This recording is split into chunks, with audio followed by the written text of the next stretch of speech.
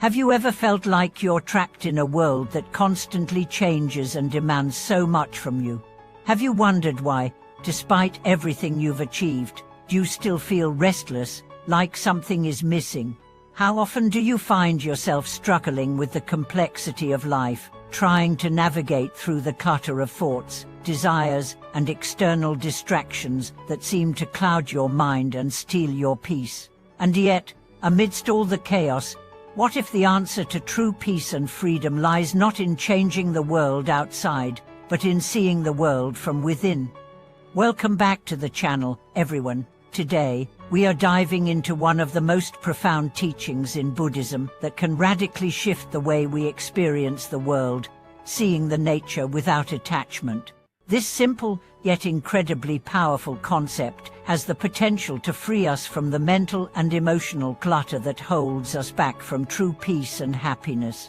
It's not just a philosophical idea or a practice for monks. This is something that, if understood deeply, can help anyone experience more clarity, calm, and freedom in their everyday lives. In this video, we will explore how understanding and applying the Buddhist teaching of seeing things as they truly are without attachment can open the doors to lasting peace. By seeing the world through the lens of impermanence, without clinging to anything, we can free ourselves from the suffering that comes from grasping and striving for things that are fleeting and ever-changing. We'll also dive into how this practice relates to mindfulness, meditation, and the understanding of non-self and Atta, which all play vital roles in achieving this state of clear seeing and mental freedom. But let's begin with the fundamental question: what does it mean to see the nature without attachment? To understand this teaching, we need to explore a few key Buddhist concepts: impermanence anicca, suffering dukkha, and non-self anatta.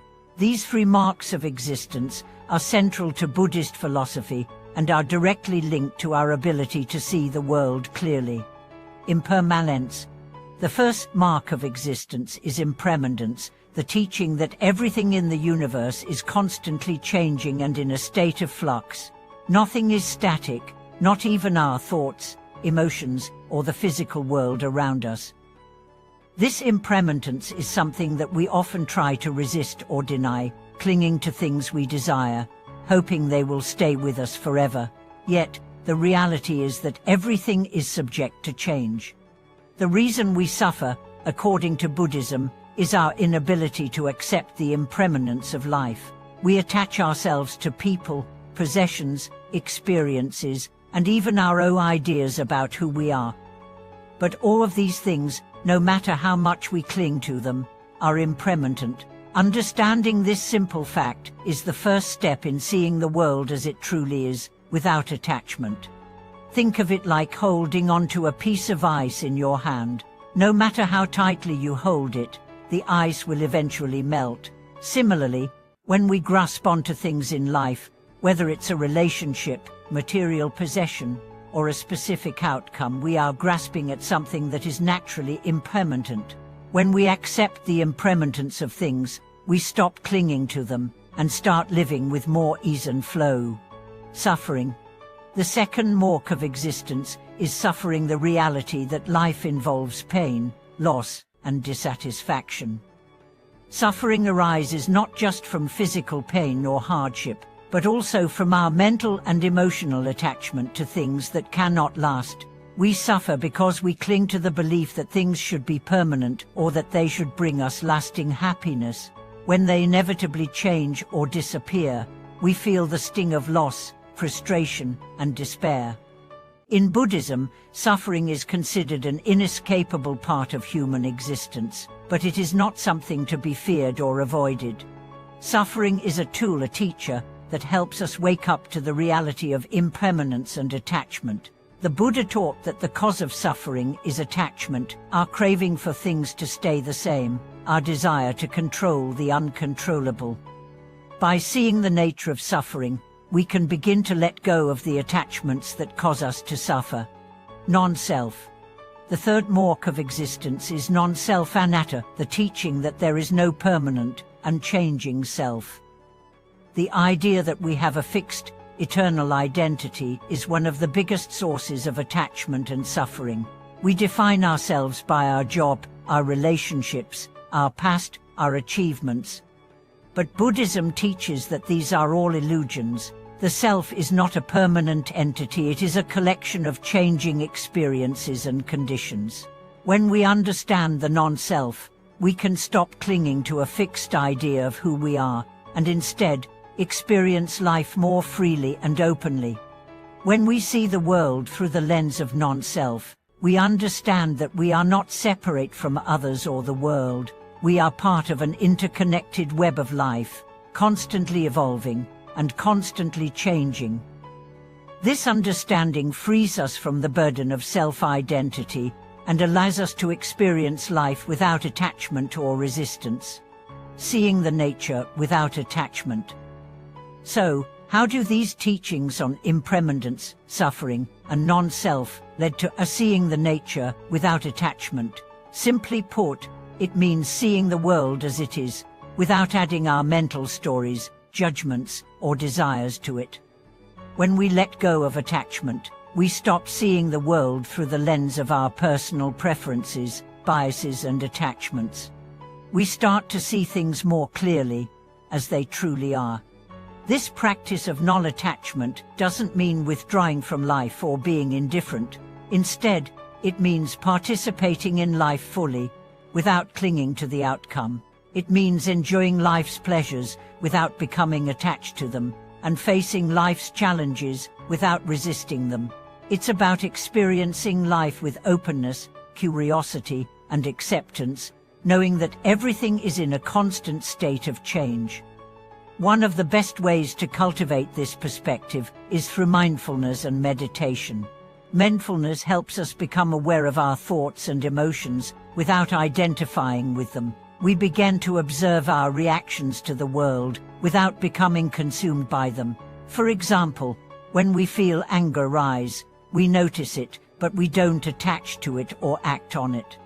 Similarly, when we experience joy, we enjoy it, but we don't cling to it or try to hold on to it.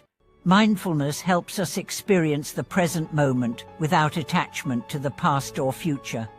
Meditation deepens this practice of non-attachment. In meditation, we learn to let go of all mental distractions and simply observe the mind. We see that thoughts come and go, emotions rise and fall, but none of these are permanent or truly who we are. Through this process, we begin to free ourselves from the attachments that cloud our vision and cause suffering. Applying this wisdom in daily life. The beauty of this teaching is that it is not just a philosophical concept, it is something we can apply in our daily lives. By seeing the nature of things without attachment, we can navigate the challenges of life with greater ease and peace. We learn to respond to situations with mindfulness, understanding that everything is impermanent and interconnected. For example, imagine you are going through a difficult period in your life. Perhaps you are facing a relationship issue, a financial struggle, or a personal challenge. Normally, you might react with frustration, fear, or anxiety. You might cling to the idea that things should be different, that you should be in control. But by seeing the nature of the situation without attachment, you can step back and observe the impermanent nature of the challenge. You can understand that this too shall pass, that your suffering is not permanent, and that you can respond with compassion, patience, and wisdom. This practice also applies to our relationships with others. When we are attached to specific expectations or outcomes in relationships, we often find ourselves disappointed or frustrated. But by seeing people as they truly are, without projecting our desires or judgments onto them, we can cultivate deeper understanding, compassion, and connection. In the next part of this video, we will explore practical tips for cultivating the practice of non-attachment in daily life. We will discuss how to embrace the impermanence of life, how to practice mindfulness in every moment, and how to free ourselves from the mental clutter that prevents us from experiencing true peace. Thank you for watching this video. I hope that this exploration of seeing the nature without attachment has provided you with valuable insights. Remember, the key to true freedom and peace is not in changing the world around us, but in changing how we perceive and respond to it. By embracing the teachings of impermanence, suffering, and non-self, we can begin to live a life that is free from attachment and full of peace. If you have any thoughts, questions, or experiences to share, we'd love to hear from you in the comments below. Don't forget to subscribe, like, and share this video with others who may benefit from these teachings. Your support is deeply appreciated, and we look forward to sharing more wisdom with you in future videos.